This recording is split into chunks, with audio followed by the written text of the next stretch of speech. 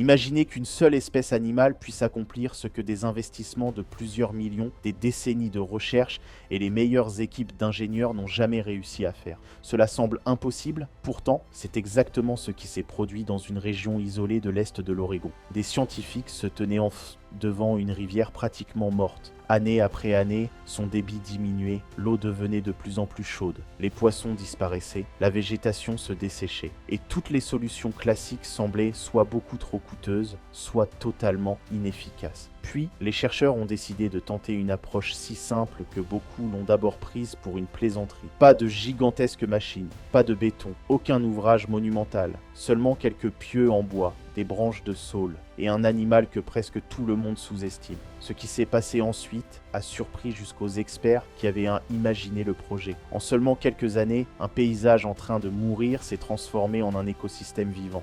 Plus étonnant encore, les humains n'ont pratiquement pas participé à cette reconstruction.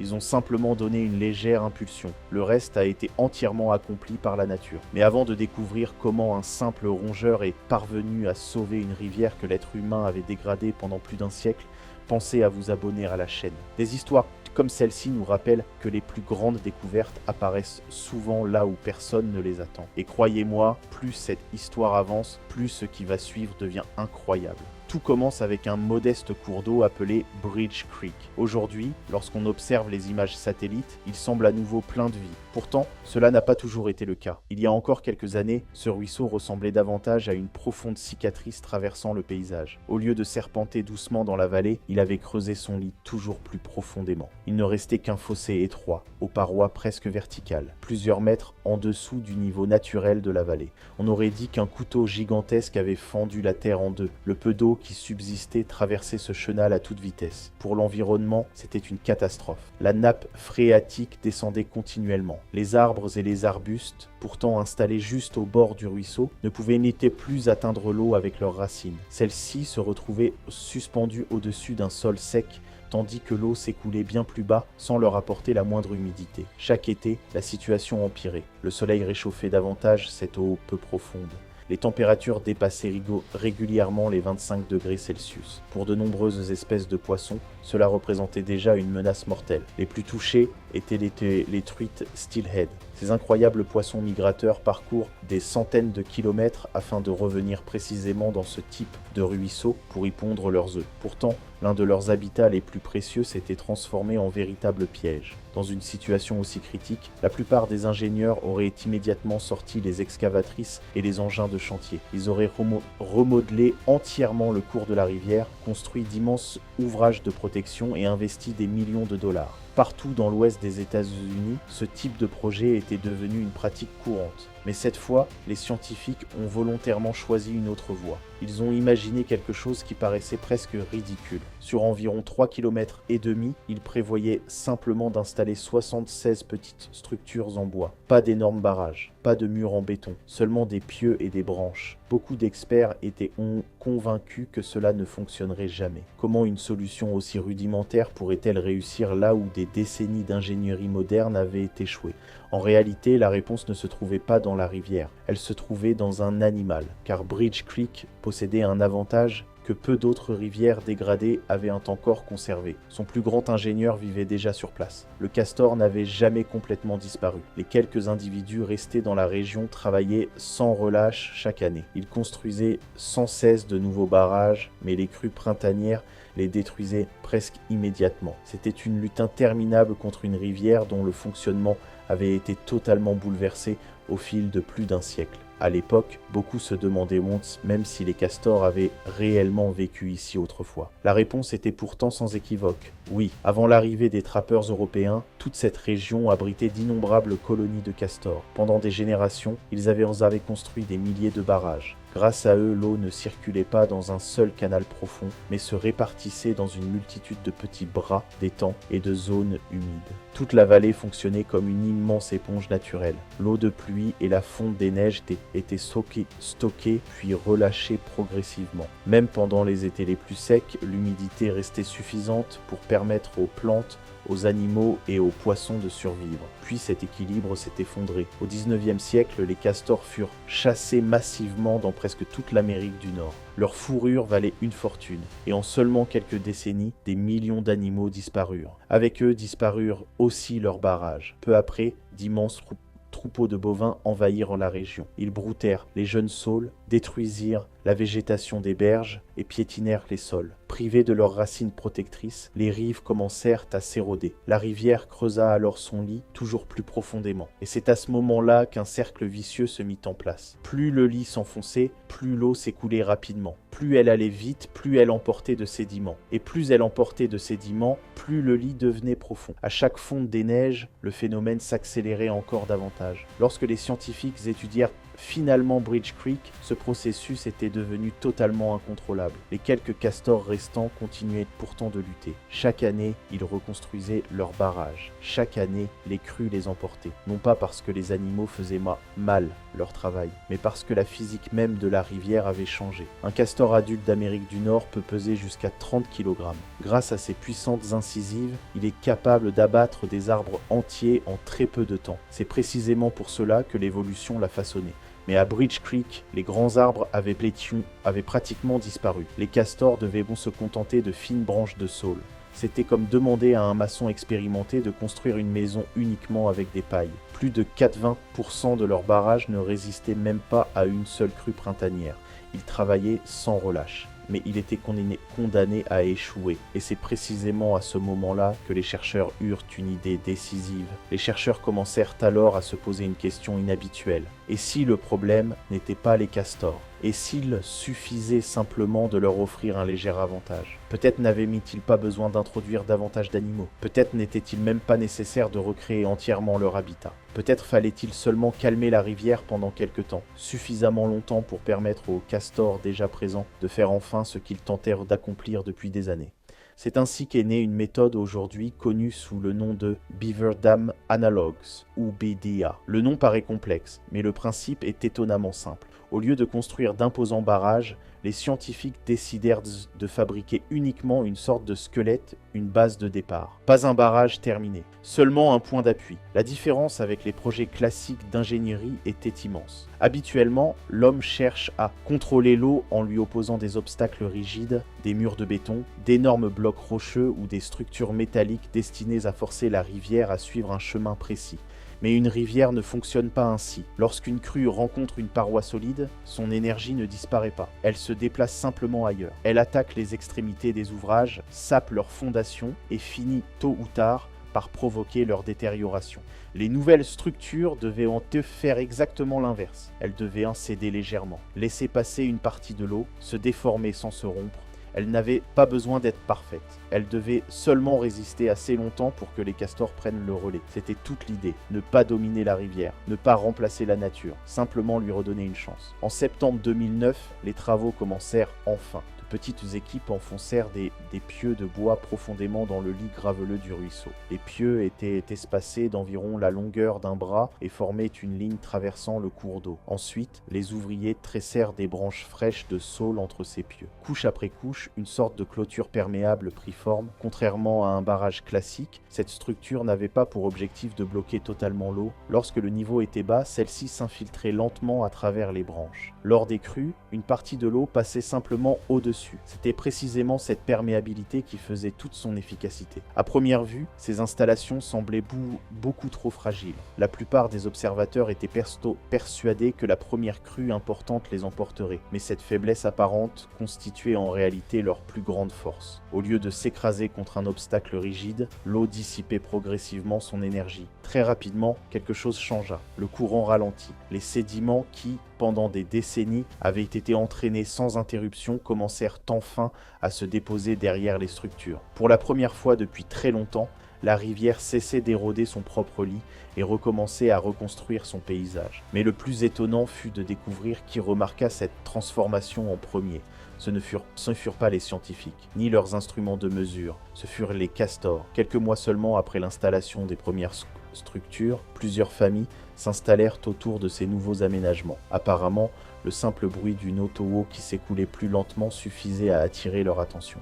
Ils ne considéraient pas ces installations comme des objets artificiels, mais comme des barrages inachevés. Presque immédiatement, ils commencèrent à ajouter leurs propres branches. Personne ne leur montra quoi faire. Personne ne les guida. Personne ne les attira avec de la nourriture. Ils suivirent simplement leurs instincts. C'était comme si quelqu'un découvrait une maison dont seules les fondations existaient déjà, puis décidait spontanément d'en terminer la construction. Puis arriva le moment décisif, la première grande crue du printemps. Pendant des décennies, ces torrents d'eau avaient détruit tous les barrages construits par les castors. Cette fois, tout allait dépendre de ce test. Pendant plusieurs semaines, les chercheurs observèrent la rivière avec inquiétude. Le niveau montait, le courant s'accélérait, d'immenses volumes d'eau dévalaient la vallée. Tout indiquait que les petites structures en bois disparaîtraient en quelques heures. Mais cela n'arriva pas. L'eau traversait les ouvertures, passait au-dessus des branches et perdait progressivement une grande partie de sa puissance. La majorité des installations restèrent en place. Certaines furent légèrement endommagées sur les côtés. Mais cette fois, cela ne posait plus aucun problème. Les castors réparèrent les dégâts en quelques jours seulement. La différence était immense. Autrefois, chaque crue les obligeait à tout recommencer depuis le début. Désormais, ils disposaient enfin d'une base solide. C'était la différence entre réparer une petite fissure dans un mur ou devoir reconstruire une maison entière. Comme les structures avaient survécu au premier hiver, de plus en plus de sédiments s'accumulèrent derrière elles. Petit à petit, le fond du ruisseau commença à remonter. Les appareils de mesure montrèrent rapidement que le niveau de la nappe phréatique augmentait lui aussi. Pour un observateur extérieur, cela pouvait sembler insignifiant. Quelques dizaines de centimètres d'eau supplémentaire dans le sol. Mais pour la végétation qui bordait le ruisseau, cela faisait toute la différence. Les racines des saules retrouvèrent enfin l'humidité qu'elles avaient perdue depuis longtemps. Dès le printemps suivant, elles produisirent une abondance de nouvelles pousses, et ces jeunes branches fournirent immédiatement aux castors une quantité de matériaux qu'ils n'avaient plus connue depuis des décennies. Pour la première fois depuis très longtemps, la rivière commençait à participer elle-même à sa propre restauration. Plus l'eau était retenue, plus les plantes poussaient, plus les castors trouvaient de matériaux. Plus ils construisaient de barrages, plus la nappe phréatique remontait. Le cercle vicieux s'était inversé. La spirale de destruction était devenue une spirale de régénération. Les chercheurs réalisaient rapidement qu'ils avaient de moins en moins besoin d'intervenir. Entre 2010 et 2012, ils se contentèrent d'ajouter quelques nouvelles structures similaires. Fait intéressant, lorsque certaines des premières installations disparaissaient complètement sous les sédiments, les scientifiques considéraient cela comme une excellente nouvelle. Cela signifiait que la rivière reconstruisait enfin son propre lit. Les structures artificielles disparaissaient progressivement sous une nouvelle couche de terre. Et au-dessus, les castors construisaient déjà leur propre barrage. À la fin de l'année 2012, 121 structures de ce type étaient réparties sur l'ensemble du secteur. Mais personne n'imaginait encore ce que révélerait le grand inventaire réalisé l'année suivante. Lorsque les chercheurs parcoururent l'ensemble de Bridge Creek pour réaliser cet inventaire complet, ils décidèrent de compter chaque barrage présent sur le cours d'eau. Pas uniquement ceux construits par les équipes du projet, mais absolument tous. À mesure qu'ils progressaient le long du ruisseau, le nombre augmentait. Encore un, puis un autre, puis plusieurs de plus. Kilomètre après kilomètre, le total dépassait largement ce que les scientifiques avaient imaginé. Lorsque le dernier relevé fut terminé, le résultat fut si surprenant que les responsables du projet vérifièrent plusieurs fois leurs calculs. Le verdict était sans appel. Le système comptait désormais 236 barrages. Parmi eux, seulement 121 avaient été installés par les humains. Les 115 autres avaient été entièrement construits par les castors eux-mêmes. Mais ce n'était même pas l'aspect le plus impressionnant. Beaucoup de ces nouveaux barrages se trouvaient bien au-delà des zones où les chercheurs étaient intervenus. Les castors avaient remonté le cours d'eau, investi de nouveaux bras secondaires et créé spontanément des zones humides dans des secteurs où aucun être humain n'avait posé le moindre pied. Personne ne leur avait montré ces endroits. Personne ne les y avait conduits. Ils avaient simplement poursuivi leur travail. À partir de cet instant, un phénomène beaucoup plus vaste se mit en place. Chaque nouveau barrage ralentissait légèrement la prochaine vague de crues. Ainsi, les barrages situés en aval étaient automatiquement mieux protégés. Ce qui avait été, pendant plus d'un siècle, Une réaction en chaîne destructrice devenait désormais une réaction en chaîne de restauration. Chaque barrage facilitait la construction du suivant. Chaque nouveau barrage ralentissait encore un peu plus le courant. À mesure que le courant diminuait, les sédiments continuaient de se déposer. Peu à peu, le lit de la rivière remontait. La nappe phréatique suivait le même mouvement et la végétation réagissait immédiatement. Les saules, les carex et de nombreuses autres plantes adaptées aux milieux humides recolonisaient progressivement les berges. Les talus autrefois secs retrouvaient leur couleur verte. Là où il n'y avait plus que de la terre poussiéreuse apparaissaient désormais des bandes épaisses de végétation.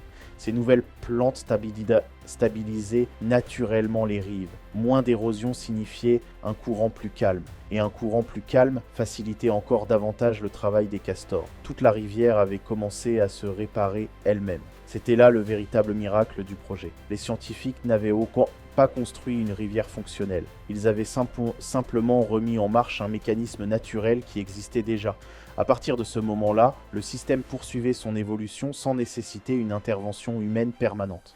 La différence était comparable à celle entre une machine qui exige un entretien constant et une autre qui, une fois démarrée, continue de fonctionner seule tout en améliorant progressivement ses propres performances. Même depuis l'espace, les changements devenaient invisibles. Les images satellites révélèrent que la surface occupée par l'eau le long de Bridge Creek avait plus que triplé. L'eau ne restait plus confinée dans un profond fossé. Elle recommençait à s'étendre sur le fond naturel de la vallée. L'ancien chenal étroit redevenait progressivement une vaste zone humide vivante. Pourtant, à ce stade, les chercheurs craignaient qu'un nouveau problème apparaisse. D'après tout ce que l'on savait sur les rivières, un effet négatif aurait dû se produire.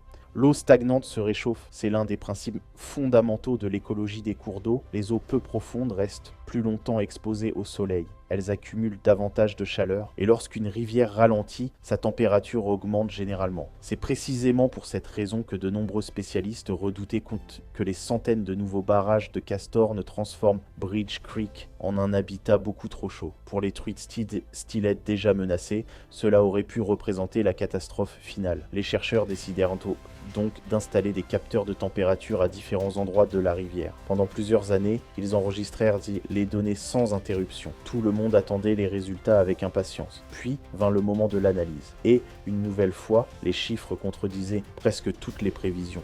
Au lieu d'augmenter, la température maximale de l'eau diminuait. Les sections restaurées étaient nettement plus fraîches durant les mois les plus chauds de l'année. Mais une autre découverte se révéla encore plus étonnante. Sur seulement quelques mètres de distance, les capteurs enregistraient parfois des différences de plus de 8 degrés Celsius. À certains endroits, l'eau restait remarquablement froide. Quelques mètres plus loin, elle était sensiblement plus chaude. Pour les poissons, cette diversité représentait un avantage immense. Ils n'étaient plus condamnés à vivre dans une rivière où la température était identique partout.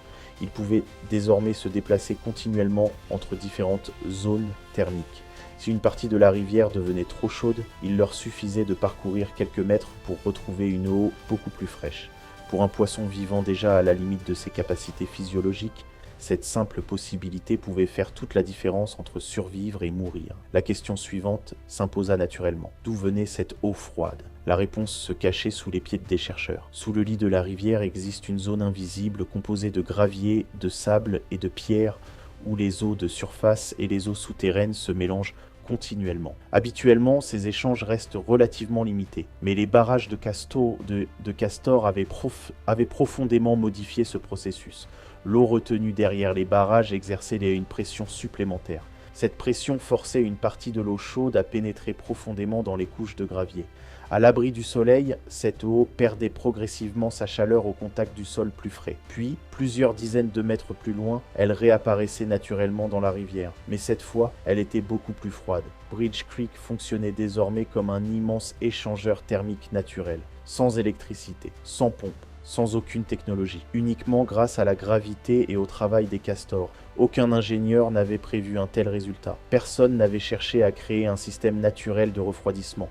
Les scientifiques souhaitaient seulement ralentir l'écoulement de l'eau. Ils venaient pourtant de découvrir qu'en restaurant un processus écologique ancien, ils avaient aussi créé une véritable climatisation naturelle. À cet instant, le projet prit une dimension complètement nouvelle. Il ne s'agissait plus seulement de sauver un petit ruisseau. Les castors démontraient qu'un écosystème en bonne santé pouvait réguler naturellement sa propre température sans avoir recours à des infrastructures complexes. Alors que de nombreux spécialistes cherchaient partout des solutions coûteuses pour refroidir artificiellement les rivières menacées par le changement climatique, un rongeur d'une trentaine de kilogrammes venait de résoudre gratuitement une partie du problème. Mais une dernière inquiétude subsistait. Ces barrages risquaient-ils d'empêcher les poissons migrateurs de remonter la rivière? Après tout, partout dans le monde, les barrages artificiels constituent l'un des principaux obstacles aux migrations des poissons. Les chercheurs refusèrent de se contenter d'hypothèses. Ils décidèrent de mesurer précisément la réalité. Ils équipèrent plusieurs truites stylets de migratrices d'émetteurs et suivirent leur déplacement pendant plusieurs années. Les résultats furent, une fois encore, totalement inattendus. Avant le début du projet, environ 92% des truites marquées parvenaient à remonter Bridge Creek jusqu'à leur zone de reproduction. Beaucoup craignaient qu'après la construction de plus de 200 barrages de castors, ce pourcentage s'effondre. Il se produisit exactement l'inverse. Le taux de réussite ne diminua pas, il augmenta légèrement. Pour les biologistes, cette observation semblait presque paradoxale. Comment autant de barrages pouvaient-ils faciliter la migration des poissons au lieu de la compliquer? La réponse se trouvait dans la manière dont les castors construisent leurs ouvrages. Contrairement aux barrages de béton, ceux des castors ne constituent jamais une barrière totalement hermétique. Entre les branches restent toujours de petites ouvertures où l'eau continue de circuler. Sur les côtés apparaissent naturellement de petits chenaux secondaires. En aval, des bassins plus profonds se forment grâce au ralentissement du courant. Ces bassins jouent un rôle essentiel. Les truites les utilisent comme des haltes. Elles peuvent s'y reposer quelques instants avant d'affronter l'obstacle suivant. Au lieu de rencontrer un immense mur infranchissable, elles progressent d'étape en étape. Chaque barrage devient une marche. Chaque marche réduit la vitesse du courant. Chaque bassin offre un refuge temporaire. L'ancienne rivière, uniforme et rapide, s'était transformée en une succession de micro-habitats extrêmement variés. Et c'est précisément cette diversité qui allait tout changer. Pendant des décennies, Bridge Creek avait perdu cette complexité naturelle. Avant le projet, le ruisseau ressemblait presque à un simple canal. Le courant était rapide, d'un bout à l'autre. Les fosses profondes où les poissons adultes pouvaient se cacher étaient rares. Les eaux peu profondes, indispensables aux jeunes poissons, avaient pratiquement disparu. Les zones où les insectes aquatiques pouvaient se développer étaient devenues exceptionnelles. L'eau filait sans interruption dans son lit profondément encaissé, entraînant tout sur son passage. Après le retour des castors, le paysage était méconnaissable. Entre les barrages apparaissaient donc des mares calmes.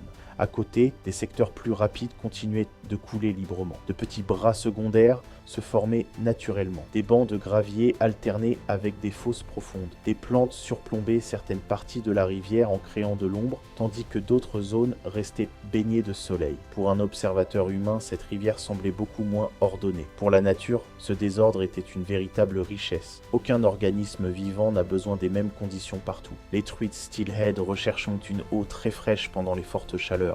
Leurs jeunes préfèrent des zones calmes où le courant reste faible. Au moment de la reproduction, elles ont besoin de gravier propre, riche en oxygène. Les adultes recherchent des fosses profondes pour économiser leur énergie. Quant aux larves d'insectes, elles prospèrent principalement dans les eaux lentes, situées le long des berges. L'ancien Bridge Creek n'offrait presque plus aucun de ces habitats. Le nouveau Bridge Creek les proposait tous simultanément. En seulement quelques mètres, un poisson pouvait passer d'un environnement à un autre complètement différent. Cette mosaïque écologique allait rapidement apparaître dans les données scientifiques. Pendant plus de 8 années, les biologistes suivirent l'évolution de la rivière. Ils comptèrent les poissons. Ils mesurèrent leur taille, ils analysèrent leur croissance. Ils comparèrent les secteurs restaurés avec d'autres portions de la rivière restées totalement inchangées. Les résultats furent remarquables. Le taux de survie des jeunes truites, steelhead, augmenta de plus de 50%. Le nombre total de poissons présents dans les secteurs restaurés progressa fortement. Mais un autre indicateur impressionna encore davantage les chercheurs. La biomasse augmenta plus rapidement encore que le nombre d'individus. Autrement dit,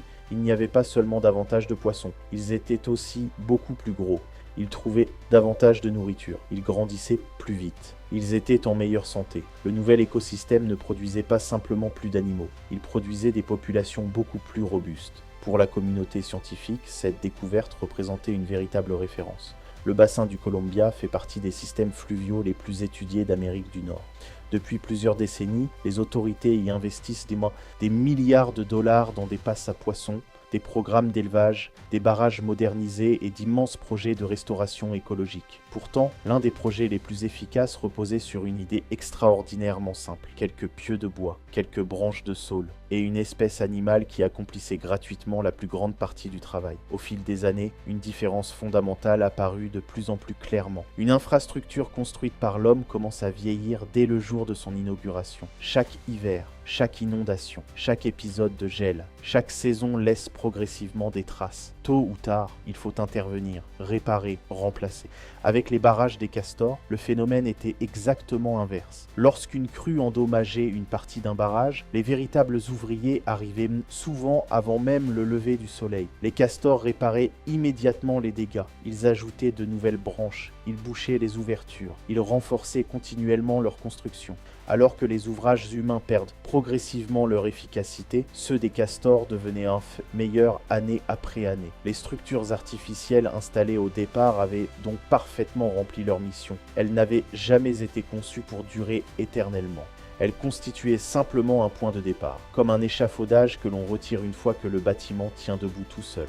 Au bout de quelques années, plusieurs des premiers pieux commencèrent naturellement à pourrir, mais cela n'avait plus aucune importance. Les castors les avaient entièrement remplacés. La rivière n'avait plus besoin des humains. Et c'est à ce moment-là qu'apparut également un autre aspect spectaculaire, le coût du projet. L'ensemble des travaux réalisés par les équipes humaines représenta environ 374 000 $. À l'échelle des grands projets de restauration écologique, cette somme était presque dérisoire. Une solution entièrement technique aurait probablement coûté plusieurs millions, voire plusieurs dizaines de millions de dollars. Et même dans ce cas, des travaux d'entretien auraient été indispensables pendant des décennies. À Bridge Creek, au contraire, plus le temps passait, plus le système devenait efficace. Sans nouveaux investissements, sans entretien permanent, sans intervention répétée. La nature poursuivait seule son propre travail. Cette réussite attira rapidement l'attention bien au-delà de l'Oregon. Des chercheurs et des gestionnaires d'autres États commencèrent à visiter Bridge Creek afin d'observer ce qui s'y passait réellement. Très vite, des projets similaires virent le jour dans le Colorado, puis dans l'Utah, ensuite dans l'Idaho, au Nevada, en Californie. Partout, la même philosophie s'imposait peu à peu. Au lieu de construire des infrastructures gigantesques, les ingénieurs cherchaient désormais à donner simplement une impulsion au processus naturel. Le matériel nécessaire restait étonnamment modeste. Quelques pieux en bois, des branches fraîchement coupées, un marteau hydraulique pour les enfoncer, puis plus rien. Les castors prenaient le relais, gratuitement, jour et nuit, sans horaire, sans salaire. Comme ils le faisaient maintenant depuis des millions d'années, plus les scientifiques observaient cette évolution, plus ils comprenaient qu'ils avaient posé la mauvaise question au départ. Au début du projet, ils cherchaient à savoir comment les humains pouvaient sauver une rivière. À la fin, la réponse était devenue évidente. Ils ne le pouvaient pas, du moins pas seuls. Leur véritable rôle consistait simplement à supprimer les obstacles qui empêchaient la nature de fonctionner. Ils n'avaient pas besoin de remplacer les processus naturels. Ils devaient seulement leur permettre de reprendre. Et c'était probablement la leçon la plus importante de toute cette aventure.